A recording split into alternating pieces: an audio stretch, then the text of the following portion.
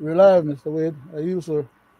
Pleasant, pleasant good night once again to our Belizean and listening public, both at home and abroad. Welcome to our Belizean Affairs Show number 352. Thanks to all those who view our program. Thanks to those who comment, and thanks to those who share our program. It's a pleasure to sit in the company of the one and only Mr. Leonard Brackett. It's Good a night, pleasure. sir. The pleasure is mine too, sir. Good night. And we Looking should be forward to a nice joined, program. yes, sir. We should be joined, Leonard, tonight by Mr. Gregory Morrison, one of our next invited panelists. He when he has the time, he braces us. And we should also be joined by our next senior panelist, Mr. Gregory Brackett, the Monday night chairman. Yes, sir. And it's always a pleasure to have him because he's the one, the technical guy that shows them from their own lips, from their own mouth, and he show and tell. So when we say talk about some issues, he's the person that finds that and he cues that up and he show it to the nation and the world what we are talking about and what they had said. Um, there's a lot going on in our country, a lot. But the struggle continues. The struggle continues for our poor and less fortunate and the marginalized Belizean. The struggle continues. It's not easy. It's not easy for the poor and less fortunate to find food to put on their table, to find employment, to work so that they could pay school fees and doctor bill and you know see their family welfare. It's not easy for them. It's not easy for them to get a piece of our patrimony, the land. It's not easy at all. The land that is theirs, they rightfully deserve. It's so easy for them. It's so hard for them to get a little 50 by 100 to even put a house. So it's a struggle for the regular Belizean. But put that aside, we always have to start our program with a prayer and then followed by a reading. And I'll ask Mr. Leonard Brackett to lead us in a prayer. Yes, sir. Sir? I'll go ahead and bow my head and offer a short word. Divine loving Father, once again we come before thy presence, asking that thou would be merciful unto us. Thou knowest our hearts, our desires, even our most secret thoughts. Please let the words of our mouth and the meditation of our mind and the contriteness of our hearts be acceptable before thy divine presence, now and always. We pray that thou must bless our family members, friends, and loved ones, wherever they are, each and every one of them as if they were mentioned by name and number. Please continue to bless our people of Belize, Belizeans at home and abroad. Please bless our leadership of the country as well. Please bless our country of Belize. We pray that thou must bless this country of the United States, its people and leadership as well. We ask that thou have mercy upon those people who are in war zone, tornado areas, hurricane, flooding, earthquake, all manner of disasters and pestilence on the face of this earth, Lord Father. Please continue to have mercy upon us and please guide us and protect us, we pray. We also ask that thou must bless this show tonight, that whatever we have to offer, whatever we say or do, may it accrue to the well-being and benefit of our country and people, for we ask these mercies in Jesus' name, amen. Amen. Are you back, sir? Thank you, Leonard, for that warm prayer. You're welcome, Mr. Chairman. The country needs prayer and the world needs prayer because of what we are witnessing as I speak. Um, Leonard, I'm going to continue a reading from Hosea. Yes, sir. I read Monday night chapter 9. I go to chapter 10. From chapter 10, 1 to 10, Hosea. And it reads, Israel is a luxuriant vine that yields its fruit. The more his fruit increase, the more altars he builds. As his country improved, he improved his pillars. Their heart is fowls. Now they must bear their guilt.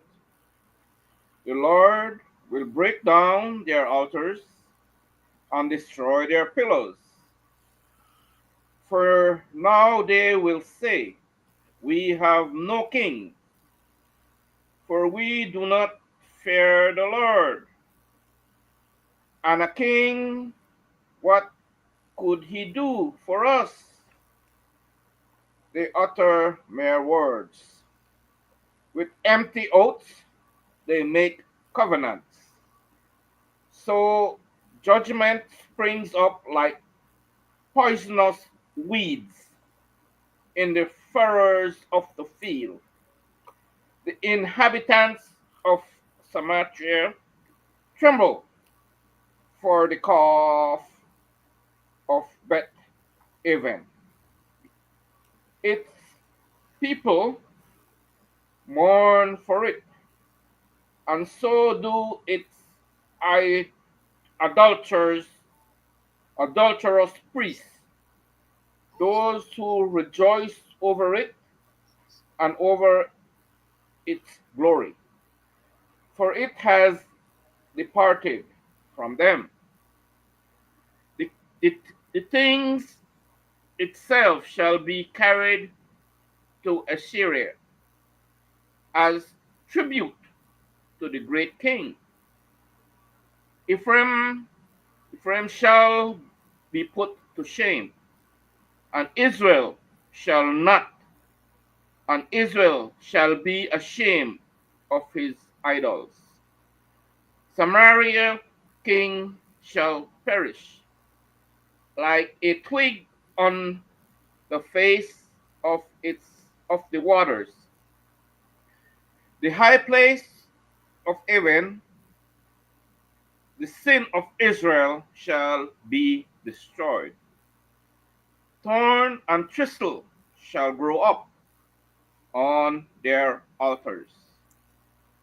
And they shall say to the mountain, cover us, and to the hills, fall on us. From the days of Gibeah, you have sinned, O Israel. There they have there they have continued. Shall not the war against the unjust overtake them in Gibeah? When I please, I will discipline them. A nation shall be gathered against them. When they are bound up for their double iniquity. That's my reading from Hosea chapter 10, 1 to 10. Uh, Leonard, I want to jump straight into, but before I, jump into my little um, sober reminder, I'll ask you if you want to take a couple of minutes to maybe something you want to say Yes, before. sir. I greatly appreciate such an opportunity, Mr. Chairman. I have a personal issue that's eating up my mind, my body, and probably even affecting my soul at this point because it's really Wow. egregious and it really driving me crazy to know that I have no means and ways of making a difference. Wow. Thank you very much for the opportunity offered, Mr. Chairman. And my issue is I would like to ask the government of Belize a favor. As a Belizean, I think I'm entitled to at least one favor, if not many others. But this particular favor that I'm going to be asking for on this particular platform, on this tonight program, on your under your chairmanship, Mr. Chairman, is to ask the government of Belize to please, somehow or another, do its job on behalf of the people of Belize to whom they swear allegiance to the Constitution of Belize when they went and assumed the authority for governance and was granted that authority and assented to by the Governor General. They swore that they will manage the country on behalf of the people without any fear, favor, or Ill will. Ill ill will. will. They have been behaving with too much ill will towards our people, and that is precisely the point that I'm trying to get at, or I want to go to. For example, I know the Prime Minister can direct the Minister of Home Affairs to ask the commissioner, whether it be a temporary commissioner or the original commissioner of appointment, who apparently is back in the chair now, and if they ask and these people don't oblige, then they can take the next step, which is to demand and make sure and force them to. Of course, the Prime Minister has to provide the budget to be able to achieve this objective, and that is that I think there is a serious need for retrainment or training of our police department with more stringent and strident guidelines as to what is the role of a police officer, of even though we have different branches that does different type of services for different peculiar reasons. At the end of the day, none of those branches or any of those police officers should be tolerated to commit any crimes under the color of law. Because according to the Constitution, under Section 6, all people in Belize are supposed to be treated as equal under the law. So no police officer is empowered to go there and commit any crimes and be exculpated just because he's a police officer. If he commits a crime, he should be dealt with just like anybody else. He shouldn't be given any favoritism. He shouldn't be allowed to derive benefits against what the Constitution said. All of us should be equal. And just because he's a police officer, he's a little bit more equal than anybody else. Therefore, acting like scofflaws, breaking the laws, and being excused from suffering any penalties, and then have the country turn out to be like an animal farm scenario. Some people are more favored than others and are allowed to get away with criminal conduct under because, as a matter of fact, even the Prime Minister himself is not above the law. And if he commits a crime and prosecution is warranted, at least he should be put through the process to figure out whether or not the system will declare him guilty or not. But the bottom line is, if a person is perceived to have committed a crime, alleged to have committed a crime, that person is subject to then being notified of that violation of the crime or the criminal codes and being served either with a summons to appear in court, or depending on the scenario or the circumstance or the particular type of crimes or misbehavior, they can be taken into remand, arrested, taken into remand, and taken to court on a reasonable date to be processed, and then to figure out whether or not it's a bailable offense or if it's not a bailable offense, then to keep them in remand until the court date and their appearance in court. And that particular matter, as I'm saying, goes from the Prime Minister all the way down to all the ministers and everybody else, including you and I, whether we're at home or abroad. Thank you. Uh, I Thank you. do wish to make this request in the sense that I would like for the Prime Minister to find some money in the budget, wherever you have to find it from, and demand that the police department set up a retraining process whereby police officers are being taught again or reminded at least what their policing duties are in terms of uh, To um, protect and serve. right, to protect and serve, and not to go out there and act like stormtroopers and to beat up on people and act crazy, take people and lift them up in the air between two of them and slam them down in the back of any pickup truck, Thank, or throw them down the ground and abuse them, or kick them, or point no gun at no innocent civilians that have nothing to do with the crime that they have to be investigating. And that stuff just it drives me crazy every day. yeah. It riles me up, and I Thank can't you. do nothing about it. And just ask that these jackals, hyenas, and vampires do the right thing on behalf of our people. We are not Thank all you. criminals out here. Thank you very much, Mr. Chairman. Thank you, Leonard, because that is exactly.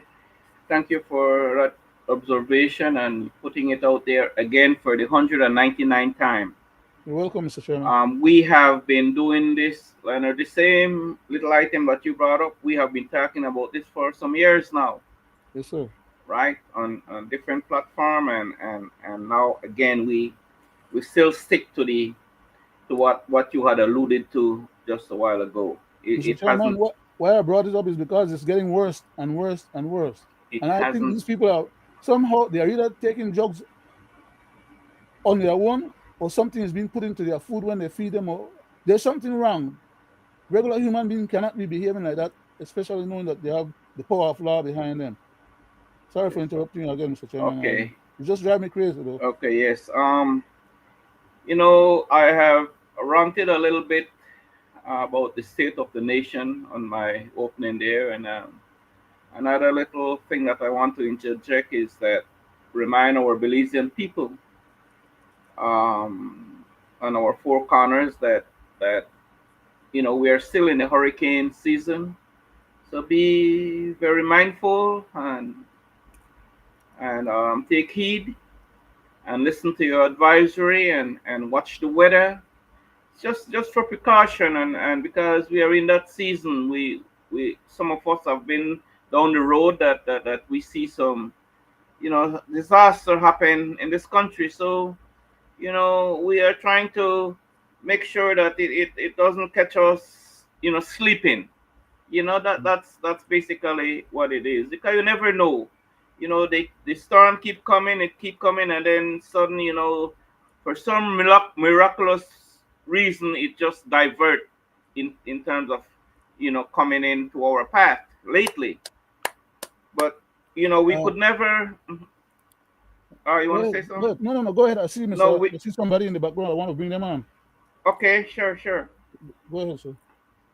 Um, we cannot keep our guards down, and again, on that issue, I want to appeal. Oh, I want to appeal to um, the government to do the right thing and build some hurricane shelters, because that's what the nation needs.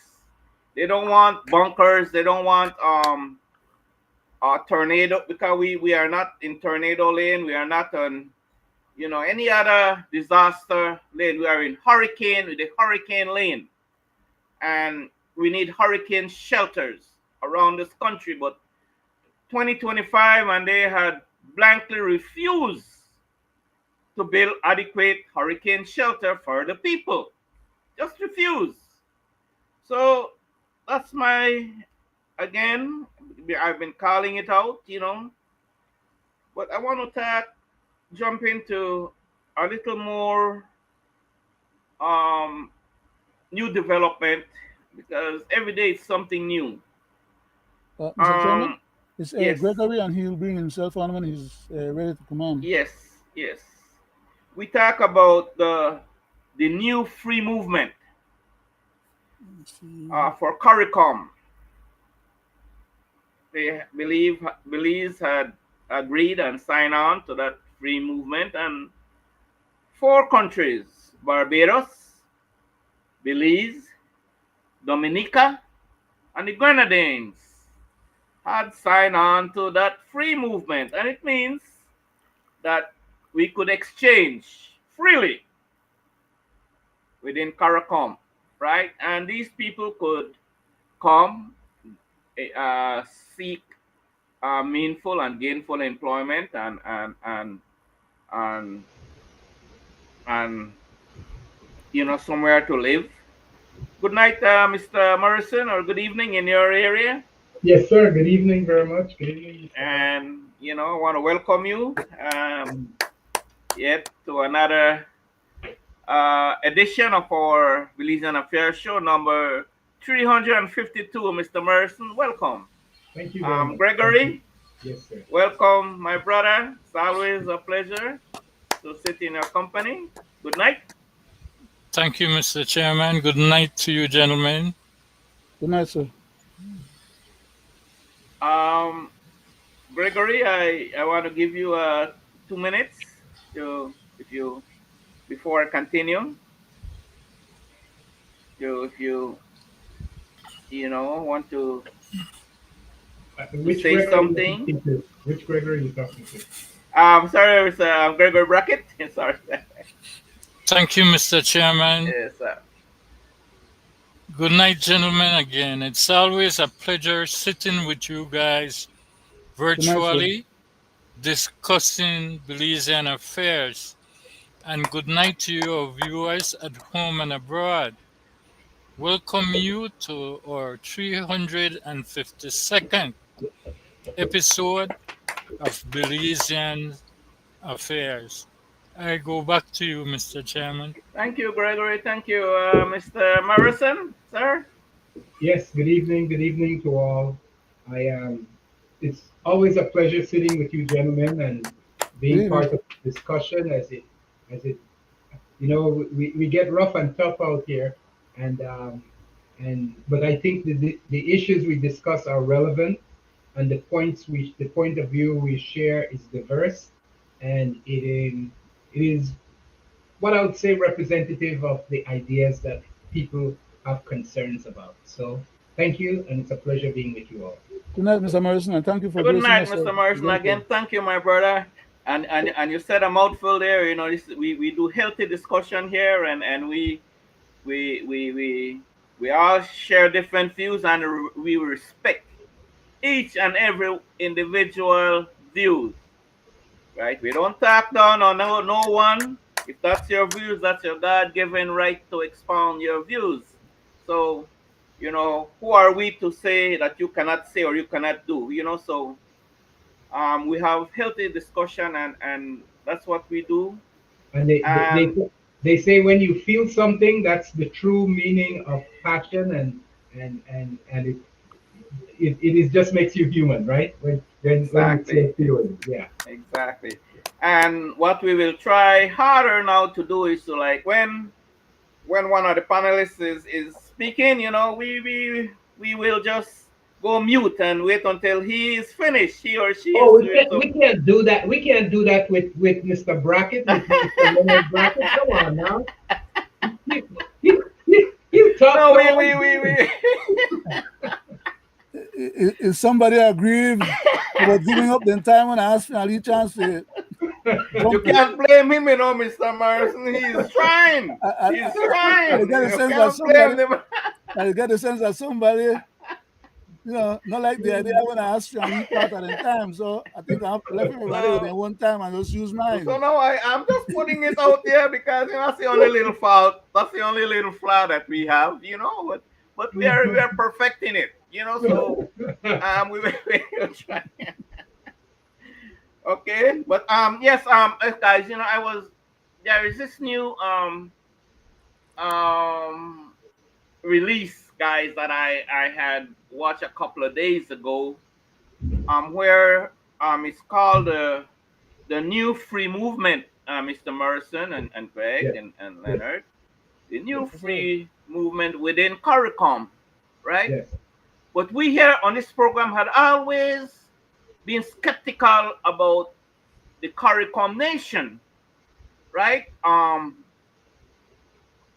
Jamaica is in our CARICOM, right? Is in CARICOM, and I watched the treatment that Belize lately, the within the UDP and the PUP government when they sits in office. I watch how they treat our brothers, the Jamaican people, and I don't subscribe to how they come across treating the Jamaican, the Jamaicans, compared to Salvador, Nicaragua, Honduras, Guatemala. They get a complete different treatment. Mm-hmm. That's it's only me, right? I'm not saying everybody sees that, but that's what I have been observing, right? And then there was this minister Mai from the north had one says that the English speaking CARICOM country, he's not too much interested to do business with. But he is interested to do business with Salvador, more so he say Salvador, Nicaragua, Honduras, and Guatemala, and Mexico.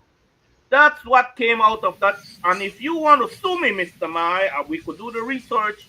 That because I am a stupid guy. I'm not smart like someone, but I have a good memory, right? Mr. So Chairman, go ahead, Greg. and your input, sir, I will answer that for you. The southern countries will work in the citrus industries, while the Caribbean people will not do that. Does that answer your question? It does. It does. So Back to you, sir. yes, thank you, Greg. So now, guys, right on this item here, they had signed on to a new free movement. So for me, I think, and he had mentioned this before, the Briseno guy, the prime minister, right? Um, that people will be able to come and work and own part of the jewel, and like vice versa, right? I don't see nothing wrong with that, right? But they had signed on to that. They and the four countries that signed on lately is Barbados, Belize, the Dominica, and the Grenadines. These are the four, St. Vincent and the Grenadines. Yeah. right? Mm-hmm. Right.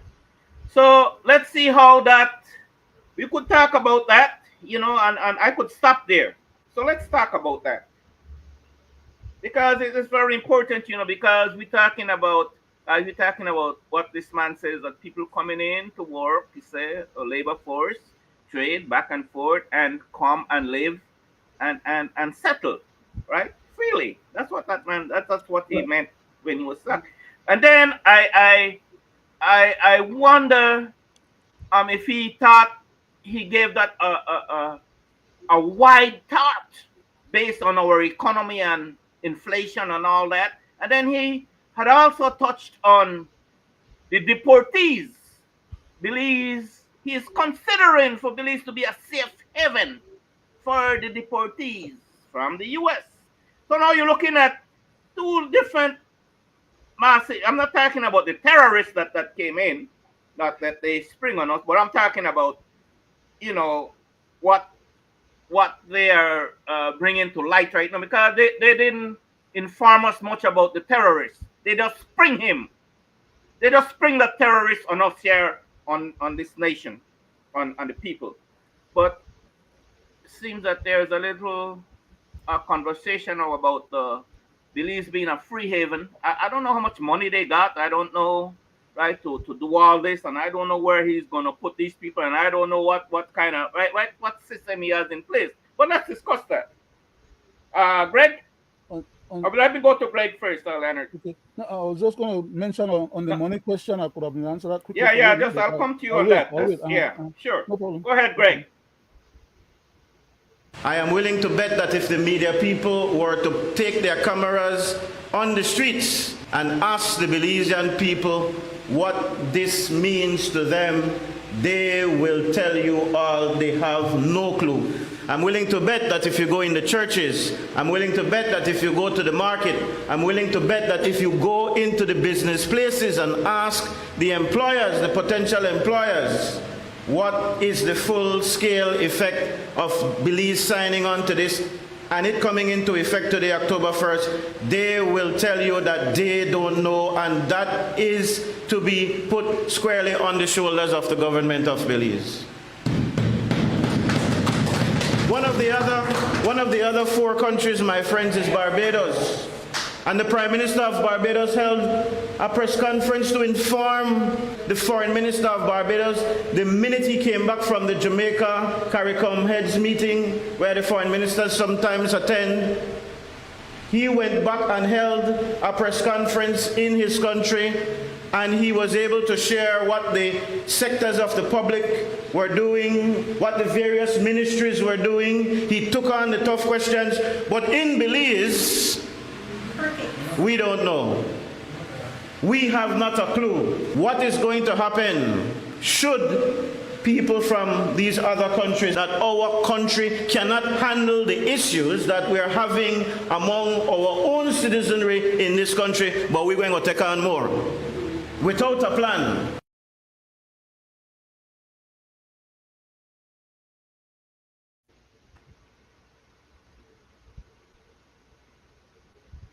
Go ahead, Greg.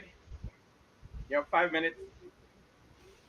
Mr. Chairman, and people at home and abroad, I believe that this is a farce and it is ludicrous.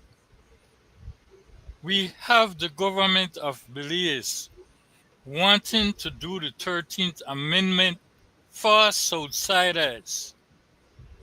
And now we are talking about foreign nationals coming in when we have past and present government failing at internal and external policies. As we can see, we can look at the chart at our crime rate, we can look at our economics and see where our GDP is at right now. When you are speaking about bringing foreign nationals under this plan, and you are having a hard time curbing crime in our country, the question needs to be asked, will there be a background check for these people? Because who knows? Some of them could be running away from trials over there.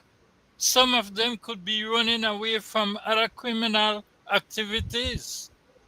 So what is the real deal about this plan?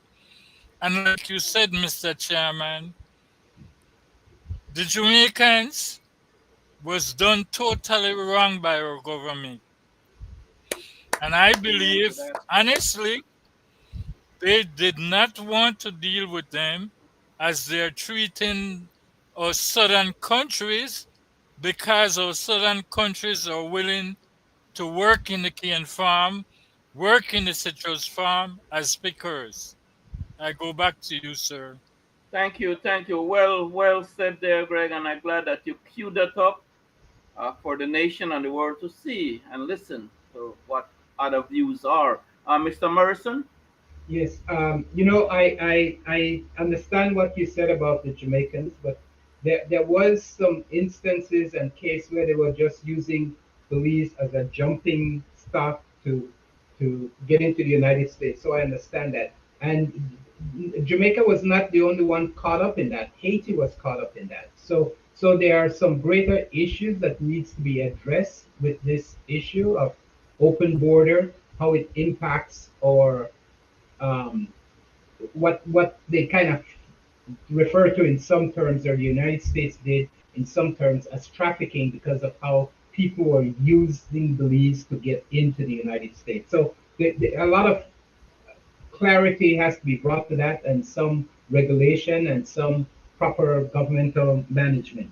Um, I know you also mentioned Mr. Mayor's concern, and you touched on it too, Mr. Brackett, about preferring other countries, and you made some good points on the fact that some were more willing to go into the agriculture type industry. What I see more are from the Caribbean are technical skills and probably entrepreneurship and financing. And I think this will not be an immediate um, sludge of trafficking of bringing of people coming over. They'll see how it plays out, how it settles. The opportunity has to be there because I think most of the people that will be coming will be of more capable. I hope they don't also use Belize as that um, jumping trap to get into the United States. But I'll tell you, while it has some trepidation, I'm glad about it because it helps us with our demographic problem that we've been having with having just people from Central and Latin America coming into Belize. So I'm hoping that that in itself will balance out. Well, it won't balance out, but that in itself will serve as sort of bringing into some balance the open flow border that we have with our neighboring countries. Um, the we talked about the basically the situation where we have deportees and third state asylum type of position with those people that they're planning on bringing in, uh, or accepting the position of the United States to allow those people that are not given granted permit to stay in the United States and being um, extradited out of the country. So I know that that is a big concern for all of us because it seems like we're getting rejects. So we need to sort out through this and see who's coming, what options we have of rejecting people. As a list given to the government, are they being honest in why these people are being asked to leave the United States, and how it could affect the criminal and crime situation in our own country. I don't particularly have a problem with any of that, but what bothers me about many of these issues, and we have seen this in repeated government, where the government, when elected, take it upon themselves to make overwhelming decisions on behalf of the people of Belize that affects us through our entire continued development and the history and everything about the country. So I am not quite sure how to hold them accountable. I think someone had mentioned recently that when the Prime Minister of Jamaica came back from the United Nations, he addressed his country and what he said.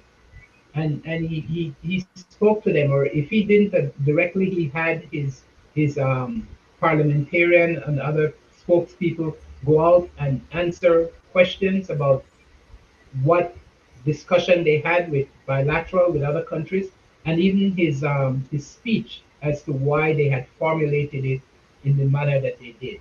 We don't seem to have that same type of accountability within our structures. Our government acts autonomously.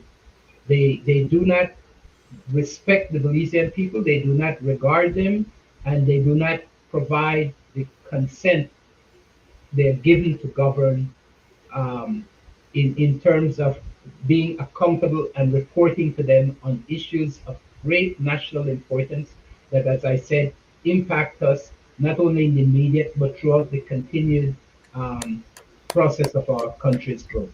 So those Amen. are my immediate Amen to concerns. that. Thank you for that Mr. contribution. Thank you Chairman, very much. I'm going to let if quickly, Greg, Mr. before I go Chairman, to Leonard. yes, quickly, this is of great concern to me because we have not done redistricting. And where will these people live? And what will happen when it comes to election time? That's another discussion there, Greg. Yeah. Thank you, Leonard. Thank you very much, Mr. Chairman. Have the floor, my brother. Yes, sir. First of all, in delving into these matters that we are attempting to speak about tonight, I want to say that we need to separate into three different categories. What is it that we're talking about?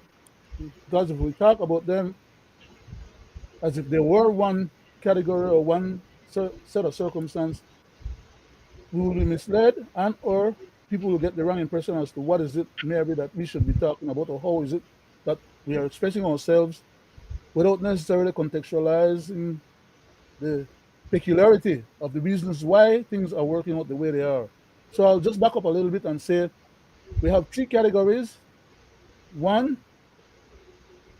the immediate one that we're talking about right now, which is the CARICOM assent or agreement among four members to have traveling in and among themselves without any restrictions. And not only traveling, but people who can leave from one part of CARICOM, the four that are involved in this undertaking, and live in each other's place or in each other's territory or country without any restrictions as we have had them so far. Two, we have the issue of the migrants from Central and South America who have been trying to get to the United States. And many of them start their journey, but some of them end up in Belize stranded and don't complete their journey, and or some of them return back to Belize where they have family or friends and so on. The other one, or the third group, is the group where the United States is paying Belize some money to house some of the people that they want to kick out of the United States right now. And those people have no place to go because their country of origin are not accepting them. And or maybe those people prefer to go to Belize and go back to their own country of origin. So the United States is now paying Belize, and the amount of money that you had asked about initially, Mr. Chairman, we now have 125 million US that was offered for education and other activities that has now been and was subsequently taken back when the present administration came into power. And it is now being repurposed for other specific objectives, such as a reward now from that organization. I think it's the CMM or some, I don't know what the organization is that actually is in charge of dispersing those funds. But those funds are not going to come to us as a one-time payment or a lump sum so that we can determine what we want to do, how we want to do it, or how to manage it. It's coming under an agreement that stipulates exactly what is it that those funds are going to be spent for. And we are only getting those funds because we signed an agreement to agree to accept some of the people that America classify as undesirable or unwanted. And we are going to accept and host those people among our population, in order to get that money to help our budgetary shortfalls. And then we have a fourth, but the fourth one is not that critical, or at least not as emergency as the other three that I just spoke to.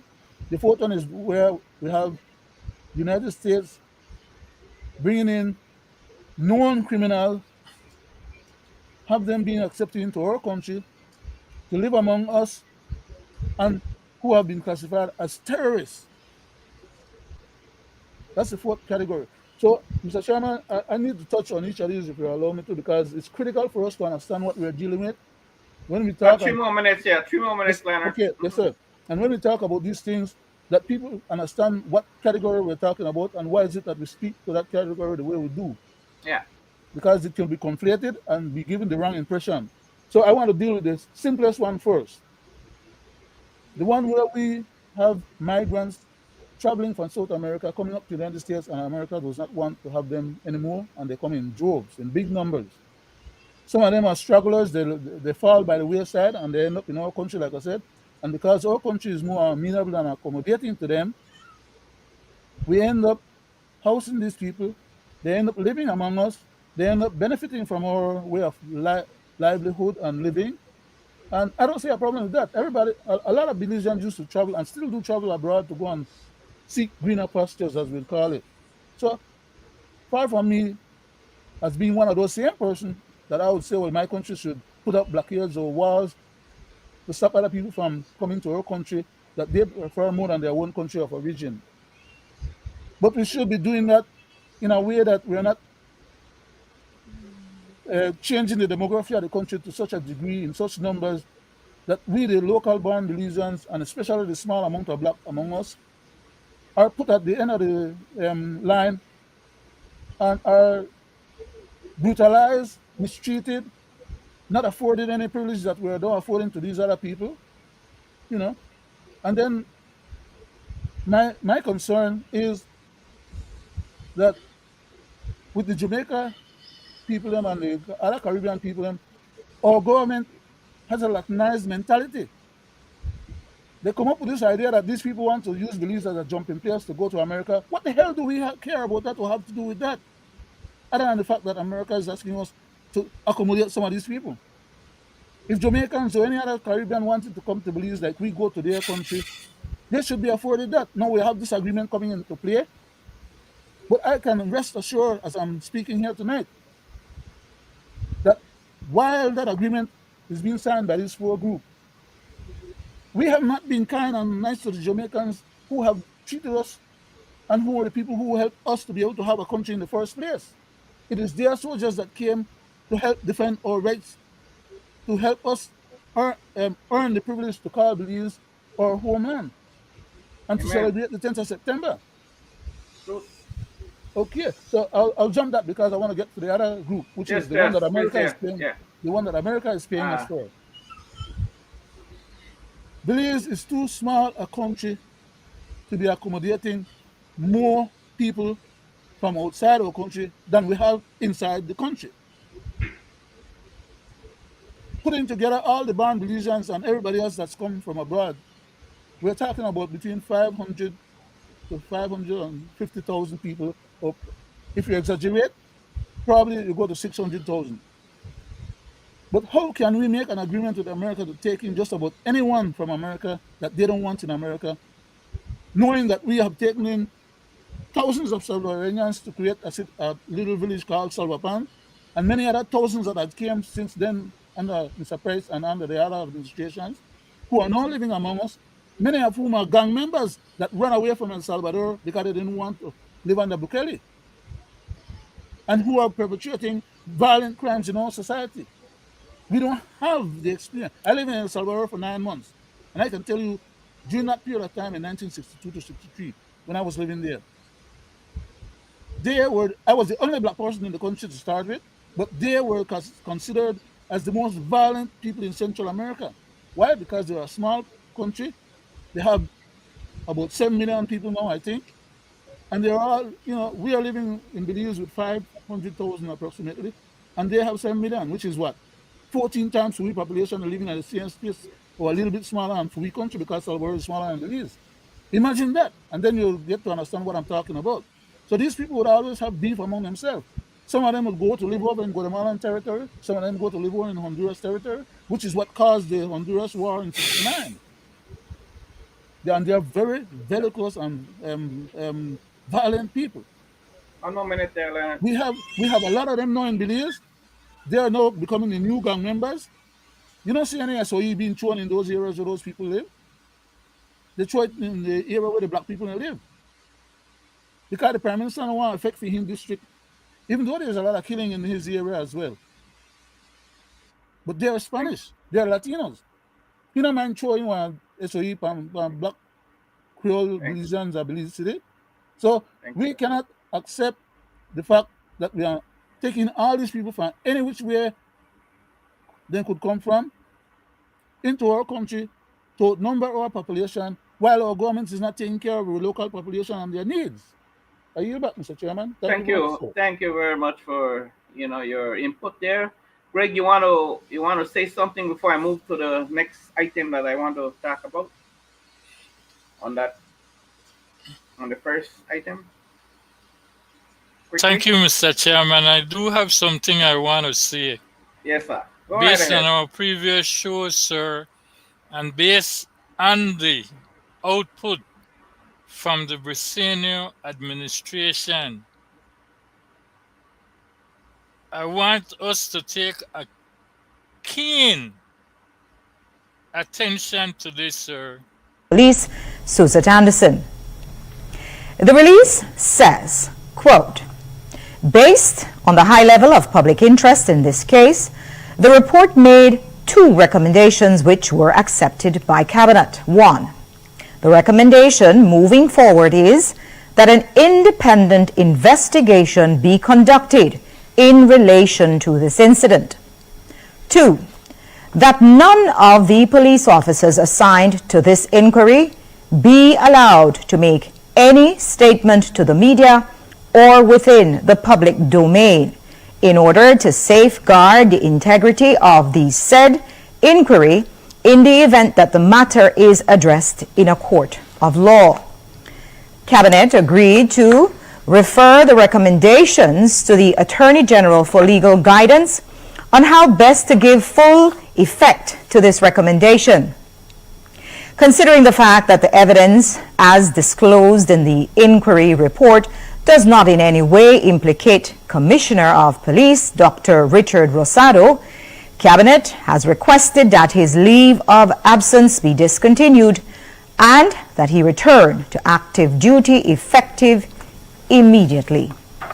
End quote.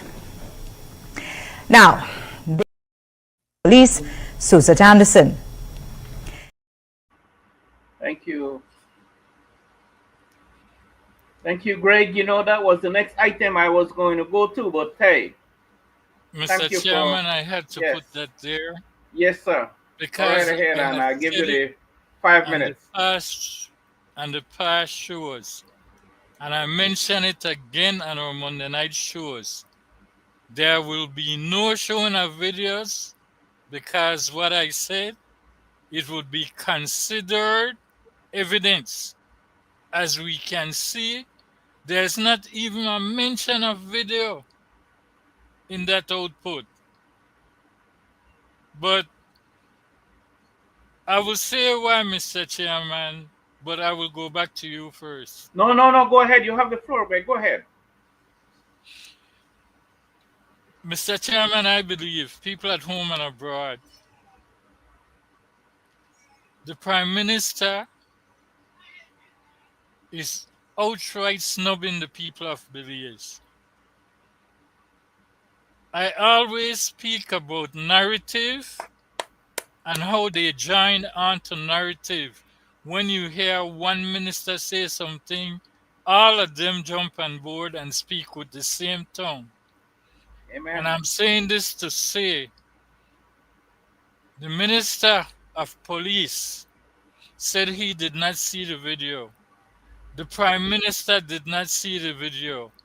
The acting commissioner did not see the video.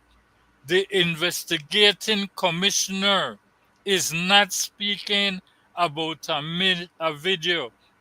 And you saw what the report said? Allegable. So what are they doing? They are outrightly saying to the Belizean people, even though we look at that video, there's no existence of any other video to criminalize no one, which is ludicrous, sir. I go back to you. Thank you, Greg. Thank you. Very healthy, Mr. Morrison. Based on what that video, that press release there, and Mr. Morrison, the public had seen the video, but blurred faces and thing, right? But based on the press release. Well, the points I have are few on this. I do believe that the there's a lots of failure going on, and I think it's total disrespect the way the Prime Minister is treating the citizenry of Belize on this issue. The the the 2 points that he made, one was to put on restriction or of speech and communication. The Gag officers, order. A gag order, Mr. yeah, Morrison. yeah, It's yeah, pretty much. yeah. And I think while that may be okay, Mm-mm. he did not he did not. I think it's okay. Should leave out. I think it's okay for the police officers not to be commenting on this matter. I do believe that um, the investigator, the lady that carried out the investigation, should have released the report not just to the prime minister, or if not, if she didn't have the authority to do that, the prime minister should have re- released the report to some extent to the public so that we are informed and knows what's going on. This is not his to control. This is a national issue of concern, and he should have, rather than just giving us those 2 pointers where he's going to ask the attorney general to look into it, and then also to decide if what's going on. It just seems so flimsy.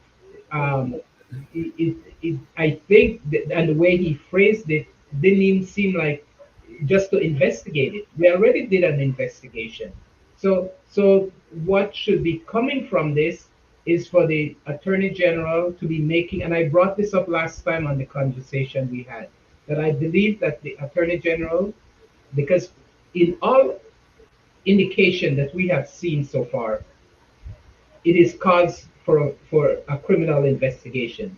So I think what should be going on is that the Attorney General should be asking the DPP to open a criminal investigation. But before that, I think the people of Belize need to know what the Prime Minister have gained from that report. To just pass it off with those two flimsy items and to think that is sufficient to satisfy this critical issue of the infringement on the sovereignty, the infringement on the rights of Mr. Budna, the that puts all citizens at some jeopardy of the overreach of government, I think is not in good form to think that his decision making should resolve all this and that he doesn't have to report to the people in a more meaningful way. Proposing that this goes on for another investigation, we don't know what time frame that will take. This needs to be an immediate response that somehow the people are informed as to what the findings of the report are, and then give us the cause why he thinks a further investigation should go on. He has not said any of those things. He just passed it on, and then he passed the buck saying it is the cabinet that makes the decision. It could be the cabinet, but it's the prime minister that makes the decision. He told us last time the buck stopped with him, and so he needs to face the people. And when it's convenient, he tells us it's the cabinet decision, and when he wants to look tough, he tells us that His decision. it always stops with him in this instance, and he needs to face up to it. Thank you. Thank you, Mr. Morrison. Thank you. Well said, well put together, and good observation, and thank you for the way you see it. Thank you for speaking out. Leonard, back to you, my brother. Thank you very much, Mr. Chairman, for giving me the privilege to say it the way I see it. Exactly. I come from a different school of thought and a different school of experience. So please forgive me if I'm going to say it differently than how some people perceive it or understand it. I can only use my abilities. I want to write down and tell you what to say, but yeah, right. Nothing wrong with that. Nothing wrong with that. I can live with that too. That no means that I'll be saying what my analysis comprised of. No, I'll be saying what is Yes, required sir. or yes, needed sir. of me. Go ahead, though, Leonard. Go I ahead. don't see a problem with that Really, either. because But man, truthfully speaking, let it make sense, Leonard. Let it make sense. that's what I'm heading for, or attempting to do. And I'll say like this in the first place. I'll ask a question, as a matter of fact, rhetoric question, ask an answered question. That is to say, the answer to the question I'm about to ask is already prefaced in the question itself. Okay? When in the country of Belize, the history of the country of Belize, have anyone heard of and or know about a prime minister who stepped in front of a DPP, attempt to take over the responsibilities and the job of the DPP, to then ask the Attorney General in cabinet to see if there's a possibility that he could ask the DPP to look into the matter? That's asked backwards. He's transgressing the very constitution he swore allegiance to uphold. Those individuals have their own code of ethics, their own power of reference within the structure of the separation of powers of our country and the constitutional powers endowed to those individuals under their own portfolio. They're not one and the same, even though the Governor General appoints each of them on the recommendation of the Prime Minister. Only the Governor General could fire any of those persons or replace them. Only the Governor General have the powers above those persons to reverse or do anything different than they would do in their own capacity vested in them by the Constitution. At least according to what the Constitution is saying. Now, I know that there are other people who would prefer for it to be otherwise, but the Constitution is the Constitution and we should live by it and live up to it, especially if you are a sworn officer of the court and a sworn officer of the state. The Prime Minister had problems with that gentleman. Mr. Mai had problems with that gentleman. The commissioner had major problems with that gentleman. The gentleman from Orange Walk North had major problems with that gentleman. The gentleman had problems with the Minister of Health, who is from Orange Walk. All four ministers from Orange Walk, the gentleman had major problems with. And that is the area where he was focusing most of his broadcasting from. So every once in a while, he gets into a tizzy with them. A day and a half before the gentleman got kidnapped, the Prime Minister was offended by him to the point where the Prime Minister complained to him. And he tried to assure the Prime Minister that he was trying to be even-handed and that he was not, attempting to be like how the Prime Minister was describing his behavior. Somebody on behalf of the Prime Minister got aggrieved and decided to do something in favor of the Prime Minister. This gentleman was a shady character. So they decided to just do what they needed to do with him that they could do. And under the circumstances, the deed was done. All they want to do right now is self-exculpate and or distance themselves as far as possible from the crime. It was a crime that was committed. Not only on Mr. Budner, on the nation. Because we took a citizen of our country that at the time we never need in a jail, even though he had done some outrageous and egregious stuff. And we rendered him, and I use the term rendered because it's a technical legal term, rendered the gentleman to a foreign country and an enemy of our country at that. So only on that one basis alone, it became an international issue. And therefore, it's an international embarrassment to see that such a thing could happen in a place like Belize that we call an independent democracy. To have people that wield the power of state who's supposed to do things on behalf of the populace of the country, because that's what the Constitution and the preamble requires. That we pursue policies of state to the benefit of the people of the country. Not policies of state to the benefit of the people. Well, of course, the Prime Minister Mr. Mai and all the other people that said this gentleman had a problem with, they are also members of our society. But that is not what the Constitution perceives when it says to use the powers of state to do criminal conduct or activities by one group of powerful people in the country against somebody that has or will no powers at all. Thank you. The problem we have is that this incident happened because they wanted to show Mr. Budner that they could put him in danger as they end up doing for being the person that he was and the way he was behaving. That's a message to you and I and every one of us on this panel and all other person who would criticize or dare to criticize our government.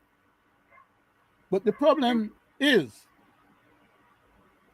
the Prime Minister should not have jumped ahead of the DPP and try to pretend that he is going to resolve a criminal case on his own. He should have been appraised, yes, but he should not have been given the files itself for him to decide, based on that file, what procedure should follow thereafter.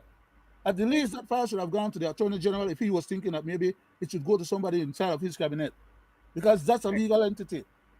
But he took it upon himself and declared that it will come to him for him to decide whether or not he will discuss it with the cabinet and or whether anything else will happen after that. Yes. He told us that he had put the commissioner on leave because the commissioner did not give him a proper report. Then he turned around and said, "Oh well," afterwards that the commissioner had asked to go on leave.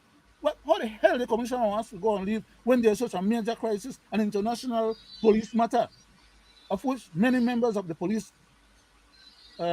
department at high levels are involved and help to orchestrate and are being alleged to have been the primary person that committed the crime. At the least, when the Prime Minister is saying that other cabinet then decide that no police officers should speak to any of those matters, they're saying that the police officer who was suborned at the police station and told to go back inside and leave the criminal gang that was outside to complete their assignment or their task, because they had powers from higher authorities to pursue that undertaking. That police officer is accountable. Thank you. Where in the report are they showing us that police officer gave a statement to indicate why is it that he walked away from doing his job? Thank you, Again, Leonard. how the police commissioner, before any report comes to him or before any available information, he could claim that he didn't see the video, but that he is sure that it has nothing to do with any police officer because he can guarantee that no police officer was involved. That is an outright lie. Why? To distract from the direction that the investigation should have pursued. And if it ended up being pursued and pointing at the Prime Minister himself, then so be it.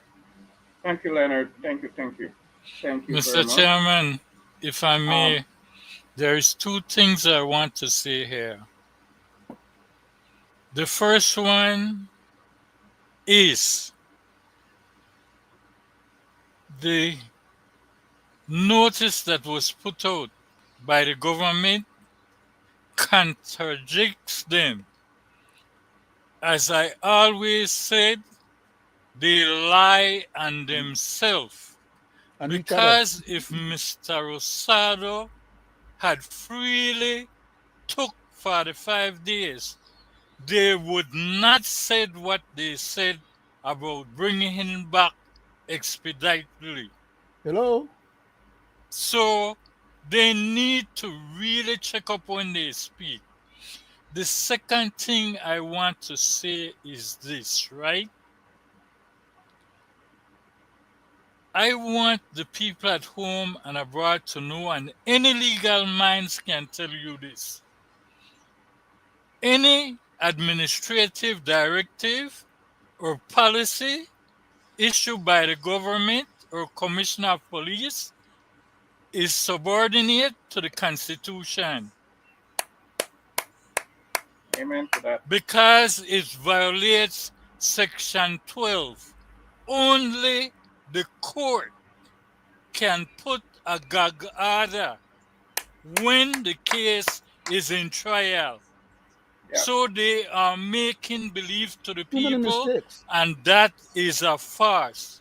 Too many mistakes. Policies and statutory instrument does Does not not trump the trump Constitution. your constitutional right. Amen. Jesus. What the Amen to that. government could have did to make it lawful was to say only the commissioner and the police press will be allowed to speak to the news media, but they cannot stop any officers from doing that because that is their constitutional right under Thank you. Section 12. I go Thank back you. to you, sir. Thank you, Greg. Um, I was more, interested in the press release, right? From this, which when that came about, I thought they were going to produce the video that this man said was going to produce. Came from his mouth. We will, by the end of the month, we will produce the video to the public. We will release the video to the public. That's what that man said. So, in all honesty, we the public had seen the abduction, right? We have seen how that played out. We have seen after that what Budna had to say had happened to him. Then after that, we saw a press conference by the higher echelon in the police force. We saw the nation and the world and the people, the public saw that press conference, right? And then we listened to the Prime Minister, what he had to say about that. When Chief, questioned, I'm not going to go into all what he said, right? Because he put his foot in his mouth. Chief He Bamboozler, speaks Mr. Chairman. he speaks with two tongues. He has two tongues that he speaks with. Chief So which Bamboozler. one of them you believe, that's a matter for you. But then waiting that he appoints a new investigator. He handpicked his investigator. He should not be He involved with that kind of stuff. interrogate that investigator, and he told that investigator the outcome that he wants. After I know how this system works, I know how it works. Been there, done that. Now, see the outcome from his appointed investigator. You see the outcome of what she has released from the police report and gave it to his boss, the person who gave her that job, that assignment.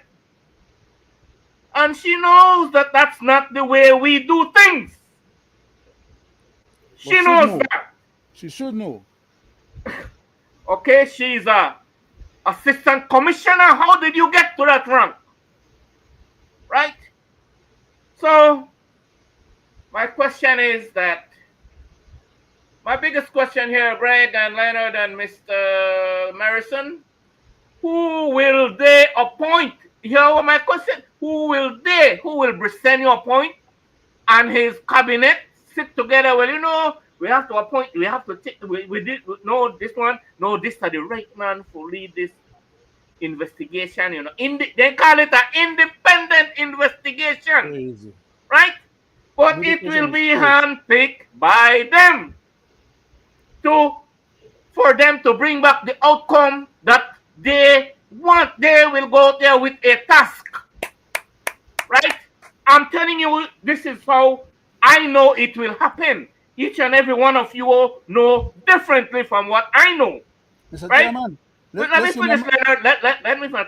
Say again. Go ahead.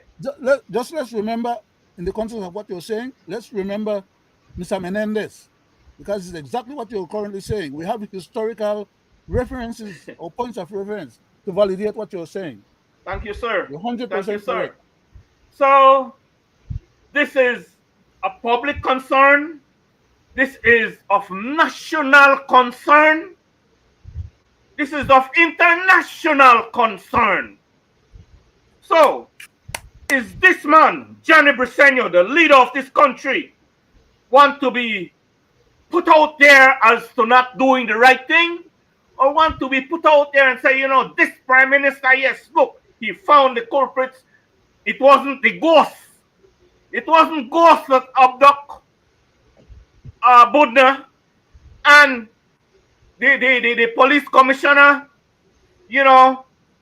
whether he was involved or was not involved, he want to go down in history, and he will go down in history, whatever he is hiding, because he is hiding something.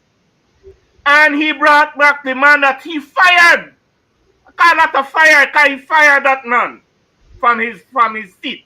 He brought him back because that's the man that holds the key card. And you hear that they found that man not involved, not implicated, not has anything to do with that abduction. That's the scenario that they are painting. And they brought that man back. This time the man will bring him back because he has nothing to do with what had happened. So we brought him back. So, now that man, all kind of string is tied on that man. All kind of string. While he sits on that commissioner seat, the strings is been pulling on him. Remember to be quiet. Remember not to say this. Remember to... I'm telling you, I know how these jackals work. I know how these people work. I've been around them. I've been there, done that, seen them. Seen them with my own two eyes doing whatever I'm saying right now. Okay? So, my people, these are the leaders we have, and this is the situation that they have us in, and this is the way they are showing the nation that they intend to carry on, and the worst is yet to come. This is just a tip of the iceberg, because whatever had happened to Ryan Joseph Budna could have happened to me, Leonard, Greg, anyone, right? So, my point is, we are not here, because some will say, Greg and Leonard and Mr. Morrison, oh no, listen to them guy there, oh, then they take off for Budna, then they this for that, and that. We had said here publicly. As for me then, I said, I don't give a hoot what Ryan Budna did in Guatemala or how much time he was serving, or because Guatemala has a law and a justice system, same as Belize has a law and a justice system. If Ryan Budna was a bad man in Belize, he should have been arrested, charged, and jailed. Right? That's how I feel. But that man was running around freely, interviewing the prime minister, talking about him, talking about Mike, talking about Bernard, talking about, So, my point is, was this man onto something big? Why would they have to come to this? Why did it have to come to this? And this man was taken away and handed to Guatemala with a Manila envelope. Who does that? Let it make sense. And again, like I say, I won't be blown away and away, head here now raised to see the people who they will pick to lead this. You see what the cabinet briefing says? They will appoint an independent investigation. Like the last Senate Commission, Mr. Chairman. Like the last we have history with these people. I laugh on that. I laugh on that guy, and I laugh on that heartedly because I know exactly what they're after. Greg, we have a few more minutes, so I'll give you 4 minutes, Greg. What about me, Mr. Chairman? I did. You forgot. You already got your turn. No, you will get there. Yeah. Okay. Mr. Morrison. Mr. Morrison, I give you 4 minutes, my brother. Thank you. We commented about whether the police officers, in fact, are somehow coded to a degree of silence in terms of reporting. I do believe that in general, police officers has a certain jurisdictional restriction in speaking to the press, and We have said that probably there is a way to deal with that through saying that on this matter we will have the spokesperson for the police address these matters. So, but Exactly. you're right. Trying to to just block them off and what seems like violation, the way the prime minister put it, of their constitutional rights is should be of concern to everyone. Um, the assistant commissioner of police that provided the report, I think that we don't know what's in that report. We need to know what's in that report. We need to know who was investigated, how the findings were made, who was spoken to and interrogated on the report, and how they came to the conclusion that the commissioner was not involved. These are things that need to be clarified. We can't just move ahead and say we found nothing and therefore this is where we're heading. It needs to be, there need to be transparency. The public needs to have this information with clarity and certainty, and we need to make our own decision. We can't have the Amen. prime minister, who is in some bit culpable in all this, making this decision and telling us, oh, these are the decisions, there's nothing else to see. Um, and in appointing independent investigator, I am hoping that it is someone that is in the legal profession, a lawyer, a The judge, judge. Hmm. or someone of that has accountability to our courts. But we That have problems with our judges too, sir. So we just need to be Well, careful that's there. true. That's true. But at Uh, least, at least if there are, if there are, That's, if that's they right. lie and they give us misinformation, there's a recourse to deal with them versus just grabbing an Not so individual. far. Not so far, Mr. Morrison. Well, I'm talking in a perfect world, yeah, Mr. yeah, Brown. yeah, I'll come. I'm I'll talking come to you, I'm Leonard. talking I'm talking in the manner of how things ought to work. I'm not talking about having people sideline and corrupt the process Yeah. because it's already corrupted. So I'm thinking in a way that could make this transparent and workable and acceptable to the Belizean people, that we're satisfied that in fact the matter was looked at properly, it was addressed, and that the outcome that we are getting is the just outcome. we, we, Amen we for that. saw what we saw. The fact that no one in the report, or and we don't know about the report, but the prime minister have failed to mention any indication of the videotapes that were taken, what has happened to them, their disposition, they're in police custody, and um, why they were deleted from the original media that they were on. The recorders. Normally you do not remove those type of uh, information from the media. Um, if it was recorded, I mean, I don't know how it was recorded, whether it was on a hard drive on the device themselves, the recorders themselves, or whether it was on a, DVD or something of that sort. Whether it was sent to the cloud, there are lots of options on how those information could have been recorded, but removing it from the media does create some concerns for me.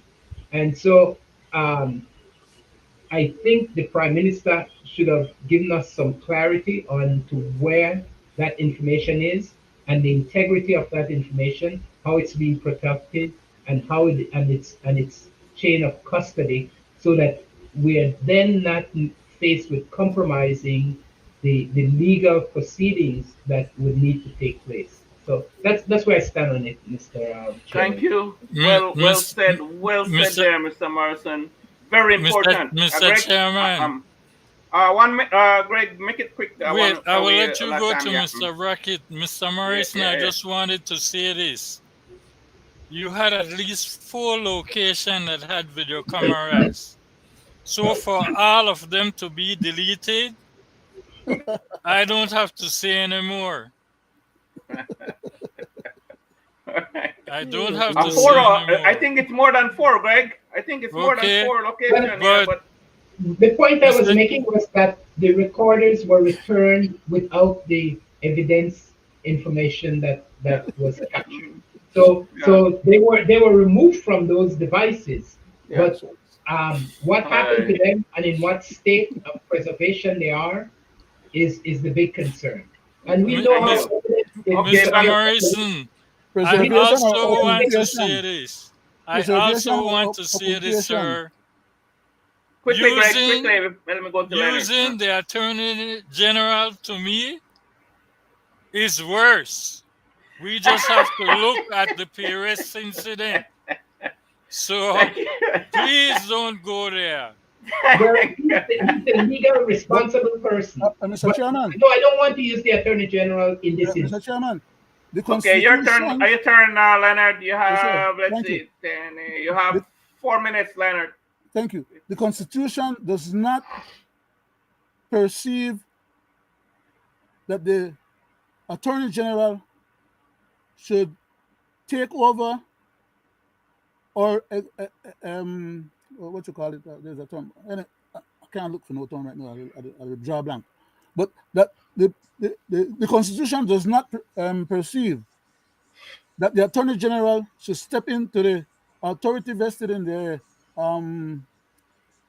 prosecute the DPP. Department of DPP, the Department of Public Prosecution, and take over or direct her or him, in this case, it's a her, on how to do her job or interfere with her process and procedures and protocols in doing her job.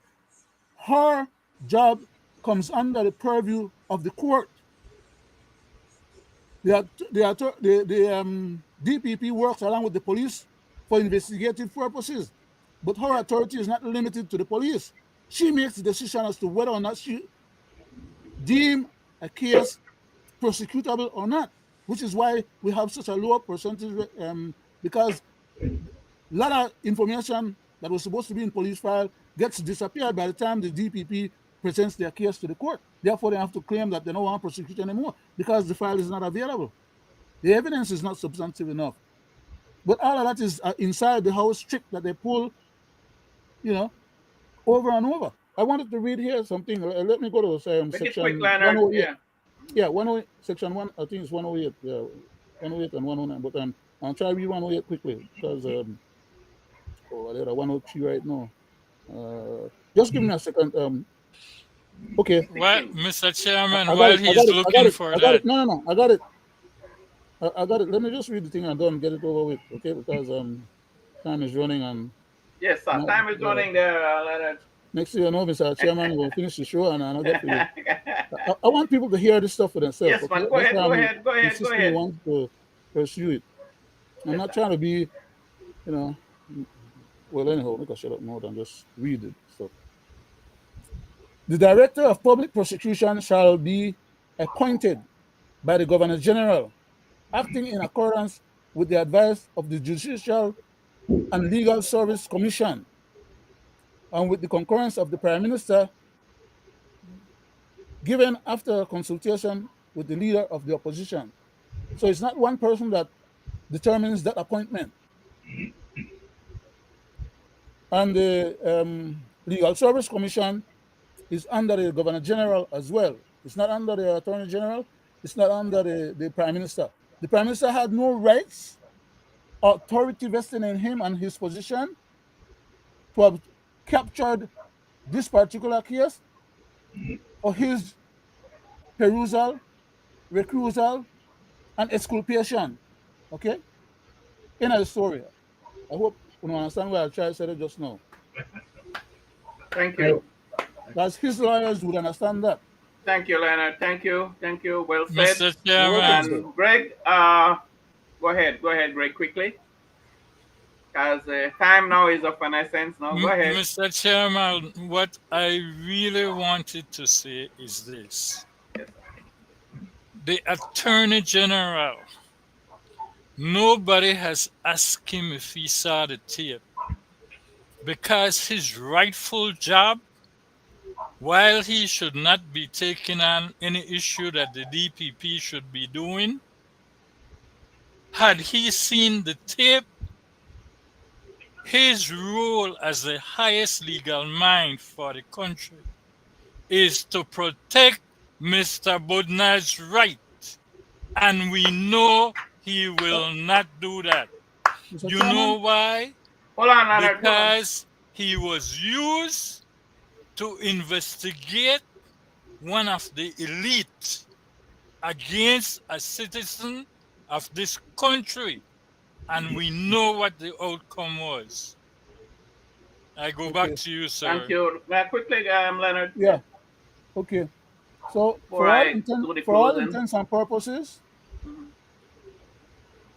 the Attorney General should not get involved in this particular case or any other such civilian case unless the government is being sued, as in the case when Mr. Budna take out a private suit against the government. That's when the Attorney General's powers, authorities, and right to defend the government, which is the people of Belize, should come to bear, and not before. But they are hoodwinking, bamboozling, and power playing and gaming the process to gain time. Now they're going to start talk about, they did 2 reports already to the Prime Minister. And like I said, the second report should not have gone to the Prime Minister to start with. It should have gone to the DPP. But they're gone through the mechanics of doing what the Prime Minister said he wanted to do and how he wanted to do and all this kind of shenanigans. That's not his bailiwick. That's not his prerogatives. Thank you. Thank you. That right is vested according to the Constitution in the DPP. Mr. Chairman, Thank you. before Thank we you. leave, I'll give Mr. Gregory. I'll give Mr. Gregory 1 minute before I close out. Let me Mr. just Chairman, give a dissenting point on this, because I do believe that the Attorney General, as the legal head of our legal department, should in fact be the person that recommends. Hold on, Leonard. That says Leonard. That's his personal view. You can. that the DPP looks into this case and then do the legal work to determine how, if there's a crime, and how to prosecute this crime. So I believe that it is fine to have the Attorney General fulfill his role and responsibility in this case. As a respondent, sir. As a respondent. Okay. Greg, you wanted to say final? Yes, close? Mr. Please. Chairman. Please, yeah. Mr. Morrison, you're 100% right. He's the protector of civil liberties, As a respondent, and he cannot proceed initiate no case that belongs in the hand of the DPP. Hold on, he can't Leonard. tell Hold the on, DPP Leonard. what to do or not to do. Hold on, That's Leonard. Go ahead, Greg. illegal. This administration is on a fast track to being an authoritarian government. And that is not what we have signed up for. If cabinet can be allowed to interfere in a criminal investigation, if cabinet can be allowed to conceal evidence, if cabinet can be allowed to reinstate officials who are under suspicion or at bare minimum scrutiny, then we Belize risk becoming a state where state-sanctioned kidnappings and justice for all are suppressed. Justice for Joseph Budna means justice for all Belizeans. We will not relent. We cannot relent.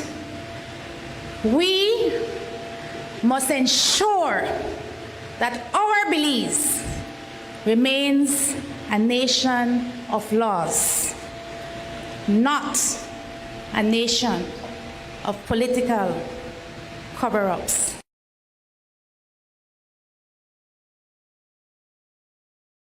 that's the final there. Thank you. Thank you, guys. It's always a pleasure. Mr. Morrison, thank you for bracing us tonight, my brother. Thank you. Thank Thank you. you Thank very you very much. much. Leonard, it's always a pleasure, my brother. Me and you, and we are the three the hard way. Now we're four the hard way. I count him, mister.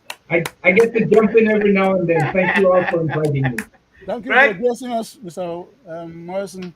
Greg, my brother, We never I want always to. say, I thank you. I thank you for always, could He cues us up. to show to help back us up in terms of what we are talking about from their own lips, and on that last tape, quickly, Greg, I still have 1 minute. Lastly, it makes me just wonder what she would have done if the shoe was on her feet, right? I just Probably the same thing. That's I how just politicians. listen to these That's how people, politicians work. but Especially, to be all honesty, I leave the show with this. I call on Mr. Budner's legal framework to step up, and I hope that they're just listening, watching, and then when they decide to drop their bombshell, that they drop it the right way, and we get some justice, and the Belizean people could say, well, justice was done, and there is no cloud looking over us, that we are a nation of thugs, criminals, and authoritarian leaders, cartels leaders, right? And I just hope that if it comes to that, where the world look at us that way, that these people are bundled up and persecuted to the full extent of the law. That's what I would like to see.